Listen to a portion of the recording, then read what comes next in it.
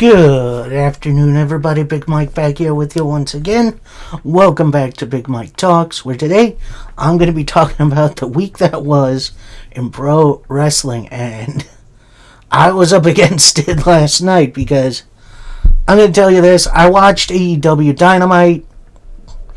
Not really middle of the night last night, but during the late afternoon. So I was kind of up against it.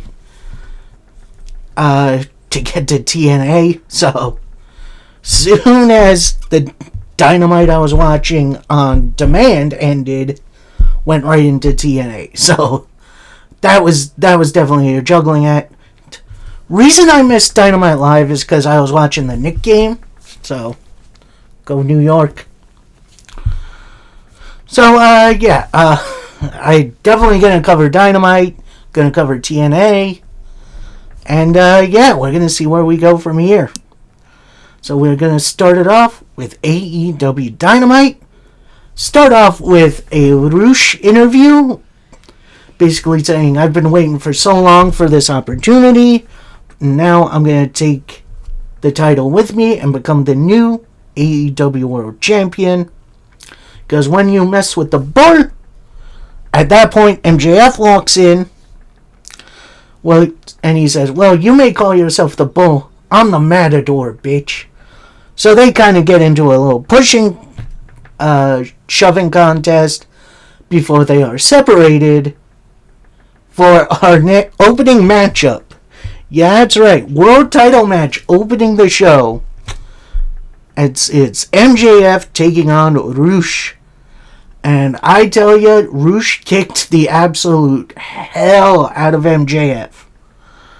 Like, this was domination for a little bit. Eventually, MJF does get advantage.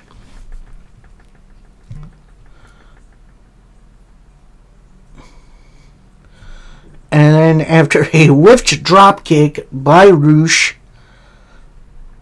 a pile driver on the floor by MJF, which that looked gnarly. MJF gets Rush back in, locks in the Salt of the Earth, but instead of tapping out, Rush just fades. And your winner, still AEW World Champion, MJF. In post-match, MJF picks up the AEW World title. Looks like he's about to attack Rush. When Mark Briscoe comes out and makes the save, looks like he's about to hit a J-Driller on MJF. MJF hits him with a low blow and a belt shot.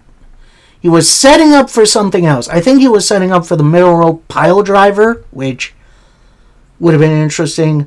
But the conglomeration, so this combination, obviously it's Roddy, Orange Cassidy, and Kyle O'Reilly. But then you also have Tomohiro Ishii coming out. It was jarring to see him coming.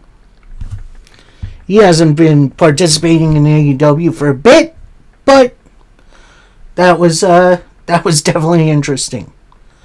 So then we cut to a commercial break, come back for our next match, which is Mark Briscoe taking on Blackheart Lio Rush. And like I said, more I see of this Lio Rush character, the more I like it.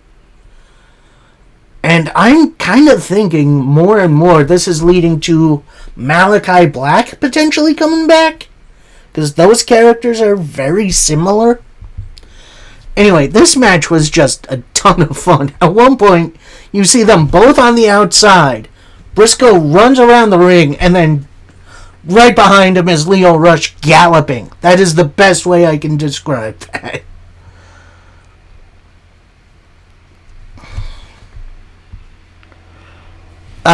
One point near the end, Mark tries for the J-Driller. That gets blocked into a very crazy combination of moves, including a finisher Bulldog.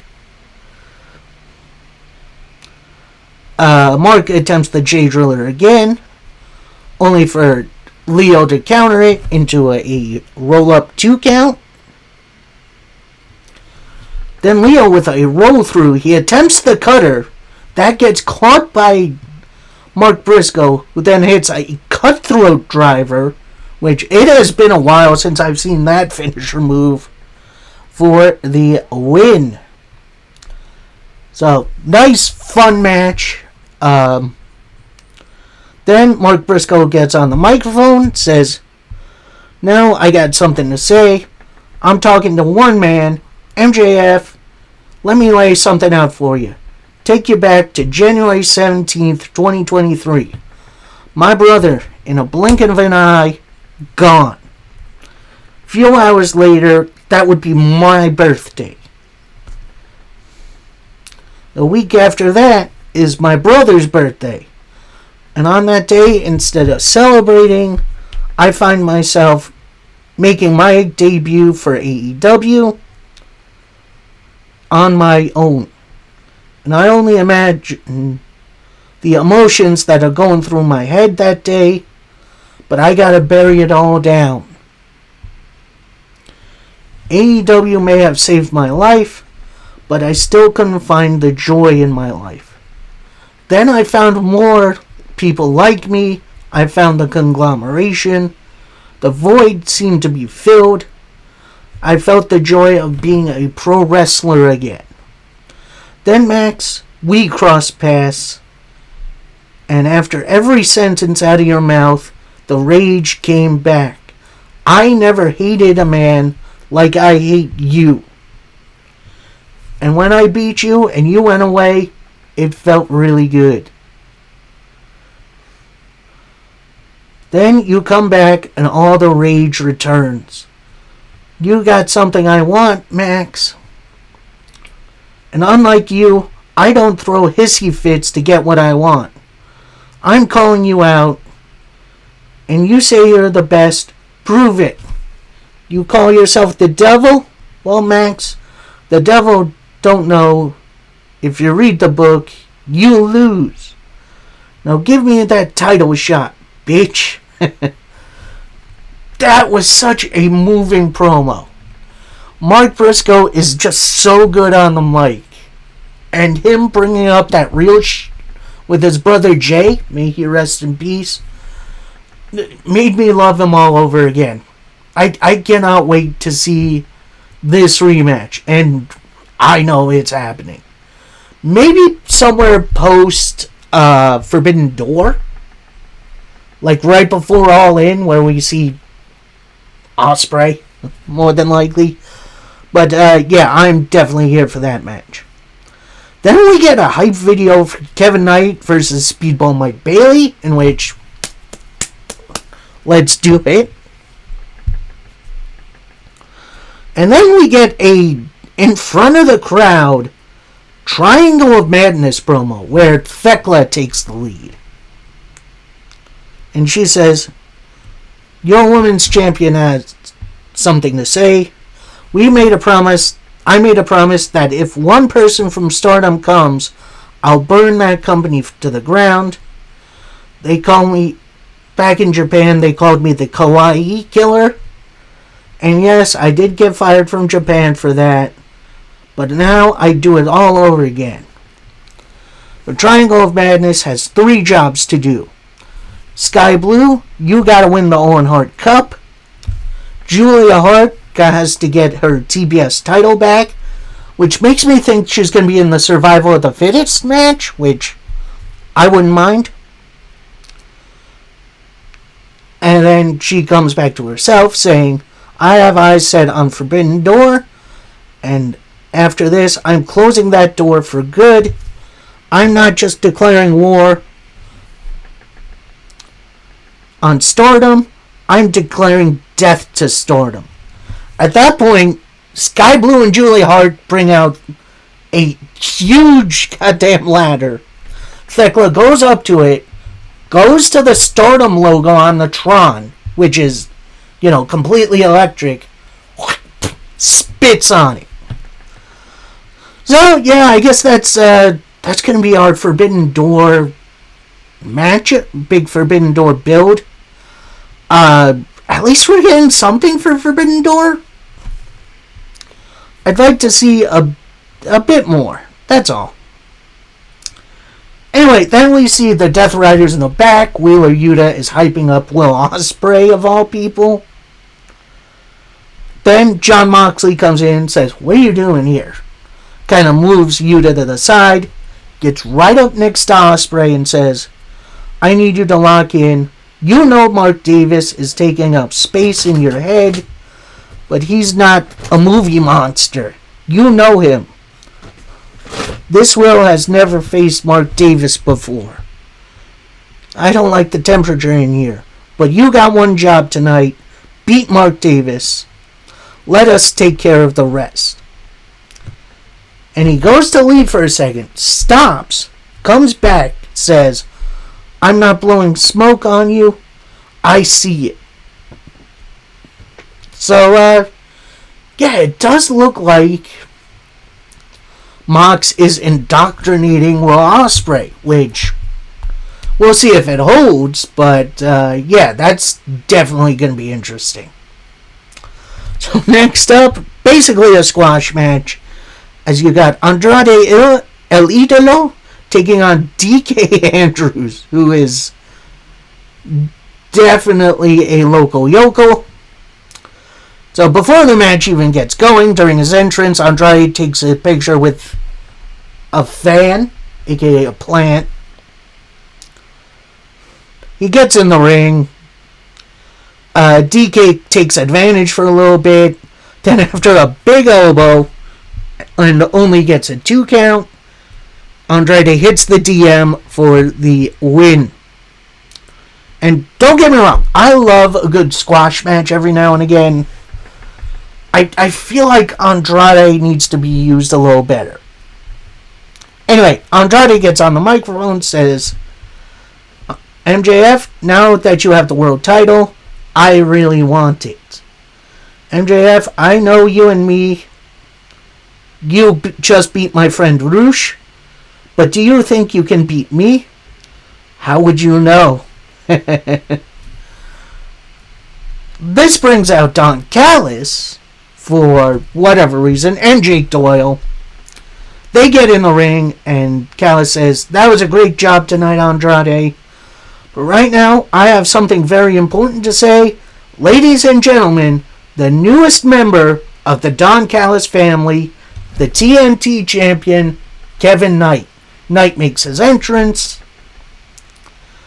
And, yeah, I don't love this. Like, I know Kevin Knight is still young, but as a heel, I think he should have remained on his own. There is zero reason that a guy who's been fighting the Callis family for months now should be joining them. I don't know. That's just me. You guys can have an opinion on your own. I don't love it. What I did love, though, was the TNT title match, as we got Kevin Knight defending against Speedball Mike Bailey. And these two tore the absolute house down. This was a great match, a lot of great chemistry, and I am not going to tell you what the entirety of the match. All I'm going to tell you is that Kevin Knight retained with some help of the Callis family. I'm going to say go watch this for yourself, because it was fantastic.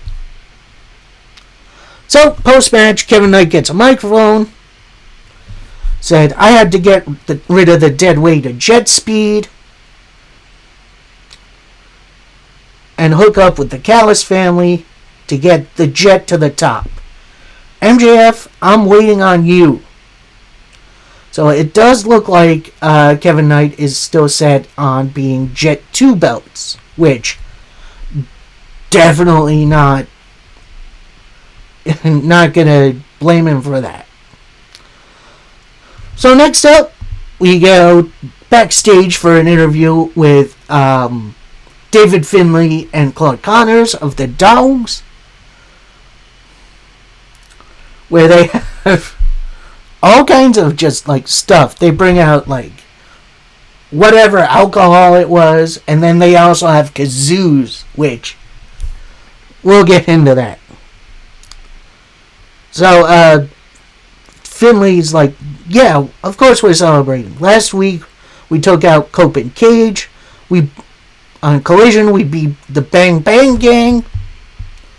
And we brought the 5-second bruise, which, that's funny. And kazoos. Connors turns to Finley and asks, that was a kazoo is? Finley's like, yeah, of course. So then, at that point, the Young Bucks walk off and said, we saw what you guys did, and we gotta ask, what the dog doing? There was another who let the dogs outline that I didn't really catch. So Matt continues, you think you're next in line for the tag titles? You think the tag titles are going to look good on the Bullet Club's worst leader and Timu Hangman Page? Oh my god.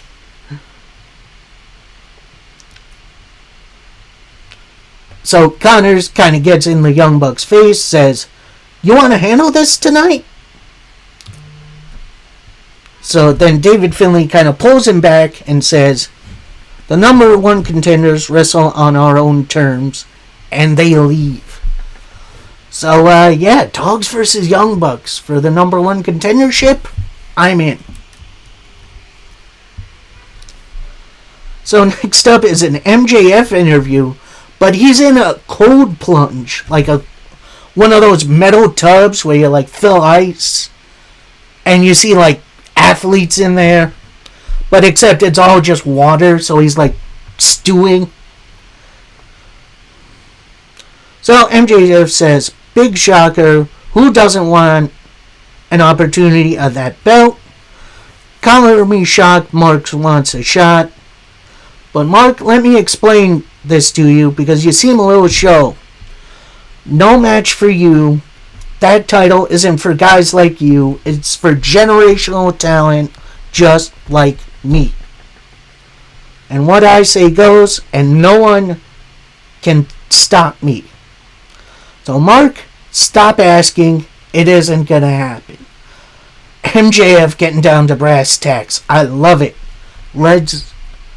But I got a funny feeling we're going to see Mark Briscoe get that title shot. And maybe it's Mick Foley who gets it to him. By the way, no Mick Foley again, which is weird. I figured he'd be around. Anyway, next up we get back to the Owen Hart Cup, and it has definitely been a little while. This time it is the women's division, as we have Alex Windsor taking on the Wild Card. Basically, mystery opponent. Originally it was supposed to be Willow Nightingale, but she had to drop out due to injury. Please feel better soon, Miss Nightingale. But the Wild Card, it's great. It's a predictable one, but it's one I've been waiting to see come back for a while. It's the CEO herself, Mercedes Moné. And I know there's haters out there like, oh, what is she doing? Why couldn't it be someone else? I love Mercedes. And now that she's back, she doesn't have a title. So this is kind of a fresh start for her. And these two killed it. I will say, early on for Moné, there was a little bit of rust. But as the match kept going, oh, she got it. She got right back into it. And at the end, we had a backstabber right into the statement maker for your winner. Moving on to the semifinal, Mercedes Moné. In post-match, Moné doesn't let go of the statement maker at first, so the ref breaks it up. And then Moné goes out of the ring, poses with the Owen Hart Cup and the title. She points at the title belt and says, this is still mine. Then we kind of get a replay of what just happened. We come back, we see Mercedes taking the Owen Hart title with her. And I mean, considering she's the defending champion, I guess that makes sense. But I don't know. I'd like to see a bit more with that. Like maybe someone tries to stop her. We then get a Collision rundown in which that card looks absolutely sick. Then we get a Divine Dominion TJ hype video in which I am going to keep saying this. Whoever's doing this for the hype videos and the video packages for AEW needs a raise. These are so good. Then we get a card rundown for AEW Dynamite Summer Blockbuster, which is AEW's next show. Next special, which will be coming next Wednesday. Then we get a Don Callis / Kazuchika Okada interview, where Callis is saying, everyone's talking about the family. We are a magnet for gold, and Knight will become the greatest TNT champion of all time. And tonight, when Davis rebreaks Ospreay's neck, he's going to march into the main event of All In. But we're going to talk about something else. Okada clearly got screwed at Double or Nothing, and we aren't going to stand for it. So that's when Okada chimes in, says, Takeshita, you're nothing without the Callis family. That title doesn't belong to you. Belong in a backpack. I'm coming for it. So looks like we're getting a rematch between Okada and Takeshita. Maybe at All In? I'm not sure. Anyway, then, after that, we get a little highlights of Ciampa jumping Jericho from like a week ago. And then Ciampa's list of why he hates Jericho on Collision, which that was a great segment. If you have like a couple minutes and you can find it on YouTube, go give it a watch. That was such a good segment. Anyway, then we get a Tommaso Ciampa promo where he's backstage. He asks, where the heck is Chris Jericho? Clearly he's at home still because I beat the hell out of him. And when you came back, Jericho, the fans got behind you. They kept singing your song. While you were gone, I arrived and marked my territory. And Jericho, I'm a patient man with a long list. I'll be waiting. So, the Ciampa-Jericho feud is still going to be going, which I'm kind of here for. And then we get to our main event. And it's an Owen Hart Cup semi-final match. We got Will Ospreay taking on Mark Davis. And good lord, this was an absolute masterpiece. Although it did kind of get a little overbooked by the end because we had a ref bump. And everyone from like the Don Callis family and the Death Riders coming out and just brawling.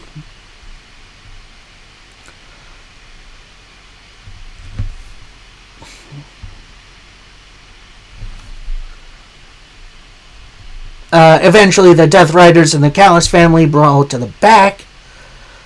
That point, Ospreay goes for a Stormbreaker. That gets blocked.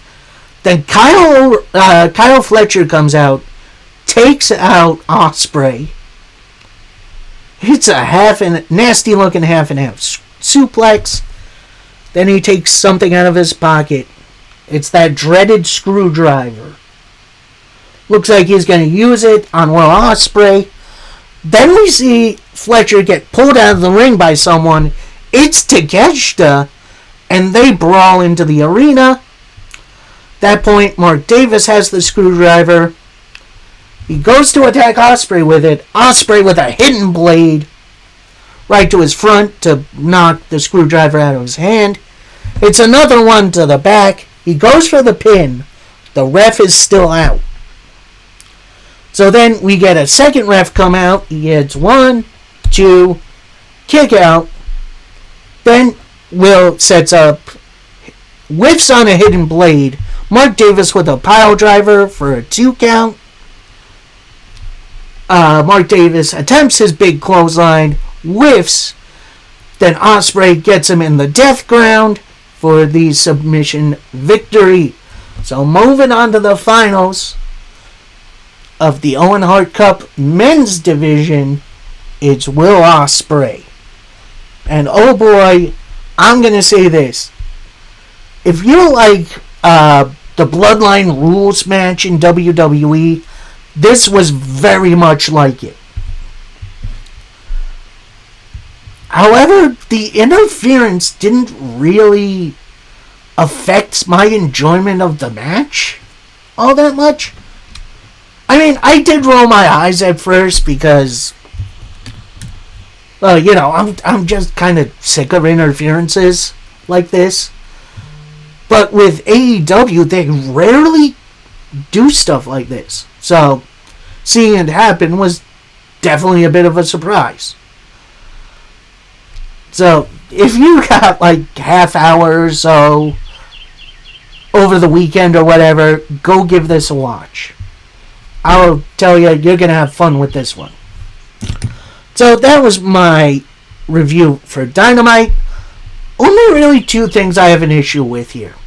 One, Kevin Knight and the Callis family. He didn't need to be in the Callis family. I will attempt to see where it goes, but it's something I don't really love. And then the cluster you-know-what of the main event. While fun, we've definitely seen too much of that in the other promotions. So, I'd like to see less of it. And last but not least, it's TNA Impact Wrestling. And oh boy, this was I'm not going to say it was a bad show, but it was interesting to get through, if that makes any sense. I'll explain on the way. First, we get a little video recap of last week, which that was really interesting. Then we go to our opening matchup, which is, I don't think I saw the setup for this match, but apparently it happened. We got Eddie Edwards taking on BDE. And yeah, BDE had a really good shot at winning this match, but eventually the rest of the system got involved. Especially after BDE attempted a frog splash. Eddie got his knees up, hits the Boston Knee Party to pick up the win. Then post-match, the entirety of the system surrounds BDE. Looks like they're about to put a beat down on him. Then Fabian Eichner comes out, attempts to make the save. It does appear like he's got an advantage, but the numbers catch up to him. Then out comes now former X Division champion Leon Slater, and he just helps clean house, including a big old super kick party on Bear Bronson, and then his over-the-top turnbuckle dive. So it does look like this is going to be... I'm not sure what this is going to be. More than likely, Leon Slater is getting his rematch at Slammiversary. I have genuinely no idea what they're doing with the tag titles. But either way, we'll see what happens. Then we get a Righteous versus Hardy, Broken Hardy's hype video, which that looked really good. Then we get an in-ring AJ Francis promo, in which he apparently has some new music out. Then Elias's music hits, but Elias doesn't come out. Then AJ Francis starts rapping on top of it, in which that timing was all off. So then eventually this brings out the real Elijah, saying, I was just hanging out in the back and I heard my theme, but then I heard you. So what's going on here? So then AJ reveals, oh, I actually bought the intellectual property of not only your music, but your names, including his brother's name, which, honestly, that's kind of funny.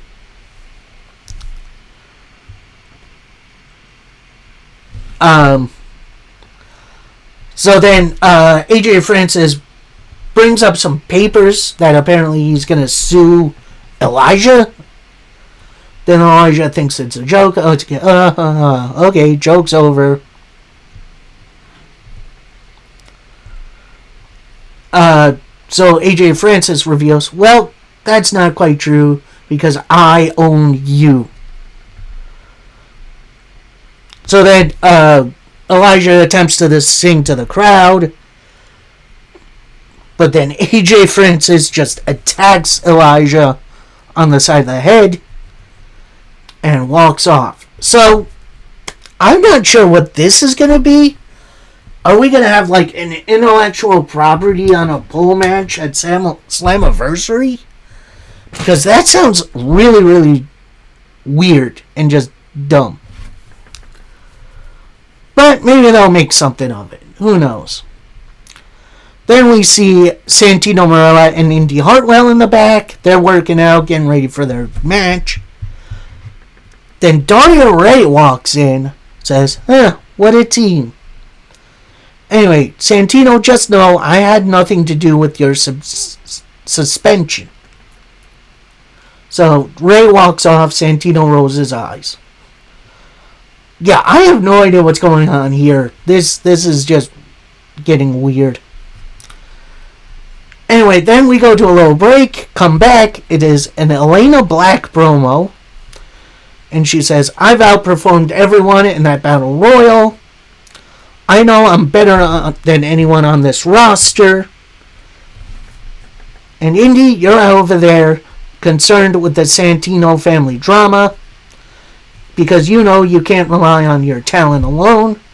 And I'm going to be the next Knockouts champion, whether you all like it or not. So, definitely some fighting words from Miss Black. We'll see how that goes. Ooh, I got the hiccups. Anyway, that we see during the entrances to this next match, Frankie Kazarian is on commentary for some reason. And then we go to our mixed tag team match playa, as we got Ariana Grace and Stax taking on Santino Marella and Indy Hartwell. And this was pretty much just a haha comedy match. One point we see Santino attempting to use his Cobra finisher, but his daughter takes the sock puppet off of his hand. Stax then grabs Santino. Grace was about to hit him, but Indy gets in the way, takes out Grace. Then Indy has the Cobra in her hand. She tries to give it back to Santino. Santino then pulls out another Cobra. They put it on their hands, hit the Cobra on Stax and Grace respectfully. And then we get a pin for the babyfaces. Yeah, like I said, this was just nothing more than a haha funny match. I don't know. Match itself was fine, but it's nothing to write home about. Then we see Eric Young handing to the ring. Then we go to a break. We come back, and the entire Elegance brand is in the back, minus Ash. I hope she's okay. So, they're checking on Mr. Elegance because apparently he got misted by Rosemary, and he's acting like a zombie a little bit. But then it's revealed, oh, I was just kidding. At that point, lights go out. They come back on. Both Rosemary, Allie, and I forget her name. There's a third person there. I forget your name. And they scared the Elegance brand until they run out of the locker room. So kind of another haha funny moment, but this one made more sense because it seems like they're setting up Allie and Rosemary for a tag title match, which, yeah, it's about time those get defended. Anyway, head to the ring for an Eric Young promo, who says, change is all in the air. I warned this place is sick and needs a cleansing. Hendry runs a fraud. I sent him packing. Sosa was way too young, so I sent him back home. EC3 is a king without a crown. I got him out of the promotion. I won the Battle Royal, and things finally got laid out in my plan. I see the truth. Mike Santana, I see the truth. You're sick like everyone else, and you're addicted to their adulation, and I'm going to beat you, Mike. At that point, Mike Santana's music hits. He comes from the crowd. He says, Eric, all I hear is a bitter man talking himself into relevance when you haven't been relevant in 15 years. And you keep talking about the cleansing TNA. You think taking me out is going to make this promotion your savior? Eric Young then interrupts, says, I've seen wrestlers come and go. I've watched this place rot from the inside out because of guys like you. Santana then immediately retorts and says, no, it's guys like you who are poisoning this place. You think you're hanging on and this place is savior because you're an OG. Eric then responds, you think these people care about you? What they care about is their shiny new toy, and they'll turn their back on you as soon as you get dirty, like they did to me. Mike, I'm going to pile drive you, and I'm going to take that world title and take my power back.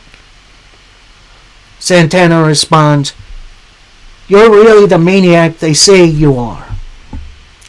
I'm going to break my foot off in your butt. We're all sick of hearing you talk. Let's not wait until next week. So Santana goes to attack Eric Young with a low blow and then a big old pile driver. And as Mike Santana's laid out, Eric Young picks up the TNA World title and holds it over a prone Mike Santana. Which, that was a really, really good segment. We kind of get a little sight into what both sides are fighting for, and has me a bit more interested in this feud. Then we go to the TNA injury report segment, which I think more promotions should be doing this, because it just takes a second and it gives us an insight on what's going on between the competitors. Then we get this weird Mustafa Ali promo. He says, KC got a fluke pinfall win on me during the Champions Challenge. Now he has a shot at my international title. And I can tell you now, it was nothing more than a fluke. In a game where you're better is a mistake. Next week, I right that wrong, and we, pointing to Order 4, stick to the plan. Then we get the weirdest video recap of Eric Young's attack on Mike Santana. Then we see probably the biggest LOL TNA thing on the night. We got Xia Brookside joining commentary. Then we get this match, which, oh god, it might be the worst match of the year. You have Li Jingliang, the current Knockouts champion, taking on Mr. Elegance, aka a dude. And honestly, this should have been a 15-second match where Lee beats Mr. Elegance handily. Instead, we get an attempted Warrior's Way by Lee, Xia Brookside then gets on the apron. Lee hits Xia off the apron.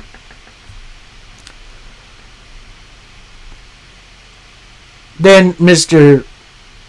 Elegance hits an eye poke on Lee. And excuse me, ma'am, or whatever it is, his finisher, to pick up the win. This should not be happening. There is zero reason why your Knockouts champion gets beat by a giant joke character. Ain't no way this should be happening. It's so stupid. Like it's like if Santino Barella would have beat Beth Phoenix, or like if Shark Boy beat Awesome Kong. And don't get me wrong, I love Shark Boy. He's a legend in my book. But this should not be happening. Anyway, post-match, we get Xia Brookside pick up a microphone, get in the ring, standing over a prone Lee, saying, "Last week, I pinned you during the Champions Challenge, and it was just made official at Slammiversary. It's Xia Brookside versus Li Jin Lee for the Knockouts title. And when I beat you, the title is coming to me." So, like, I get it. It was a setup for pay-per-view match in which TNA, this is my other thing. You're a little over 20 days away from this show, the second biggest pay-per-view on your calendar, and this is the first match you have scheduled. What are we doing here?